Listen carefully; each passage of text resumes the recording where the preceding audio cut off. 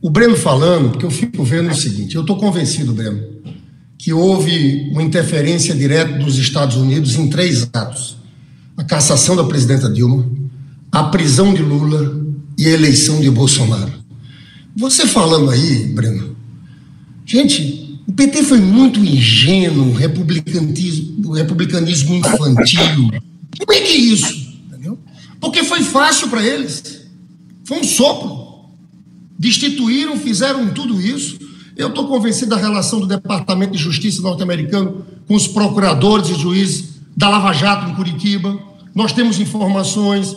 Eu tenho um vídeo que está no nosso canal à esquerda do YouTube, que eu peço para as pessoas assistirem, que é sobre o papel dos Estados Unidos. Mas você falando tanto da Venezuela nessa situação, do processo de mobilização, das Forças Armadas, o que aconteceu aqui no Brasil, Breno? Por que foi tão fácil? Ó, eu vou fazer uma provocação. O chavismo, como teoria e estratégia, é muito superior ao pensamento dominante na esquerda brasileira. Porque o chavismo partiu de um pressuposto. Qual é o pressuposto?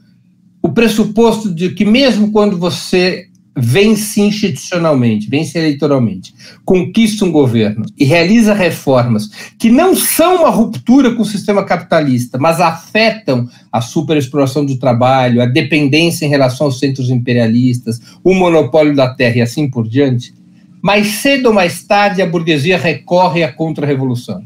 A contra-revolução ativa, como é o caso da Venezuela, ou a contra-revolução preventiva, como foi o caso do Brasil. A burguesia recorre à contra-revolução, à ruptura da ordem constitucional e à ruptura da sua própria ordem democrático-liberal. Isso está na história da América Latina. Portanto, qualquer estratégia de poder tem que levar isso em conta. E se você leva isso em conta, você tem que, na construção da sua estratégia, preparar as instituições civis e militares, preparar o povo, sua organização e sua consciência, sua capacidade de mobilização, para enfrentar a contra-revolução quando ela eclode. Essa é a essência de uma estratégia de poder que passe pela via institucional, porque a estratégia do Chaves não era insurrecional, era institucional como a brasileira. Só que ele levava em conta que o elemento central dessa estratégia tinha que ser a passagem do poder da burguesia para as classes trabalhadoras. E essa passagem do poder tinha que estar protegida em relação à contra-revolução burguesa. E isso significava hegemonia sobre todas as instituições do Estado, a começar pelo Poder Judiciário e as Forças Armadas. Essa estratégia do Chaves era uma estratégia de poder. A esquerda brasileira nunca teve estratégia de poder. A esquerda brasileira tinha estratégia de governo. Como chegar no governo e como governar. Quando a estratégia de governo colidiu com a contra-revolução burguesa de caráter preventivo, não sabíamos o que fazer, não tínhamos nos preparado para aquele cenário, caímos igual fruta madura, fruta podre, caímos da árvore. Porque a nossa estratégia era uma estratégia que não levava em conta o poder, que é a questão essencial de toda estratégia. E aí, Breno, veja bem, o que a gente vê nesse episódio, primeiro eu quero concordar, eu acho que a tua avaliação é perfeita.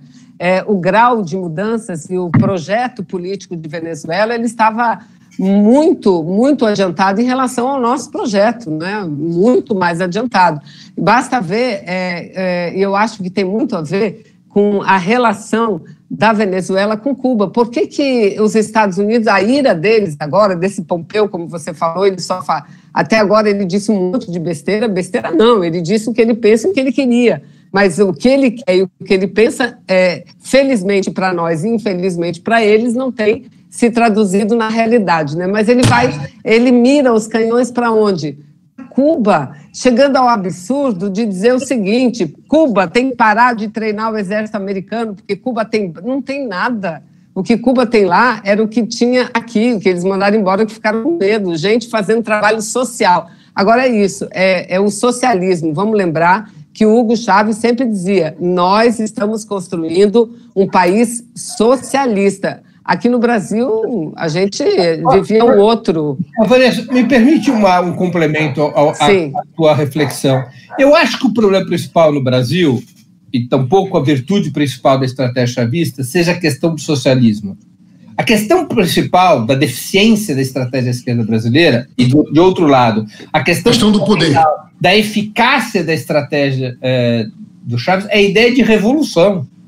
Não é a ideia de socialismo, é a ideia de que só é possível implantar mesmo essas reformas democráticas no âmbito do próprio capitalismo, nos países da periferia do capitalismo, em particular na América Latina, só é possível consolidar esse tipo de reforma com revolução, com a derrota estratégica das classes dominantes. Não é possível conduzir essas reformas sem revolução. E ele preparou uma estratégia que tem como conceito organizador, mais do que a ideia de socialismo, que é uma ideia mais para efeito de propaganda, a ideia central da estratégia deles é a ideia de revolução. O Chaves, vou falar uma brincadeira aqui, já que nós somos um canal à esquerda.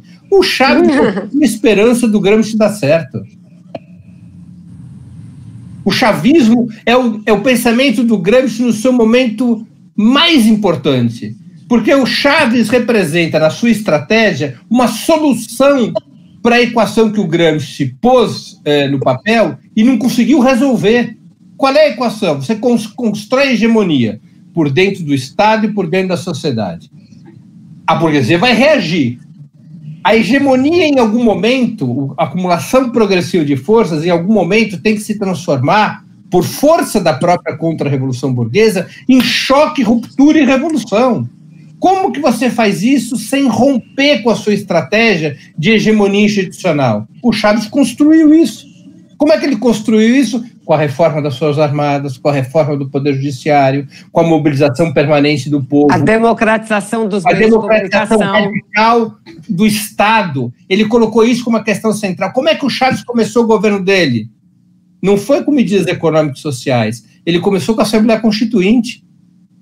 A bandeira fundamental do Chaves da sua campanha de 98 era a convocação da Assembleia Constituinte. A direita dizia, não pode convocar a Assembleia Constituinte, a Constituição venezuelana não permite isso. Ele disse, ok, eu vou chamar um referendo, o referendo vai aprovar a reforma da Constituição, convocando uma Constituinte, eu faço a Constituinte e depois eu submeto a Constituição a novo referendo. Ele dizia, também em entrevistas que eu tive a oportunidade de fazer com o Chaves, ele dizia, lá no início do processo, ele disse isso para mim em 2001.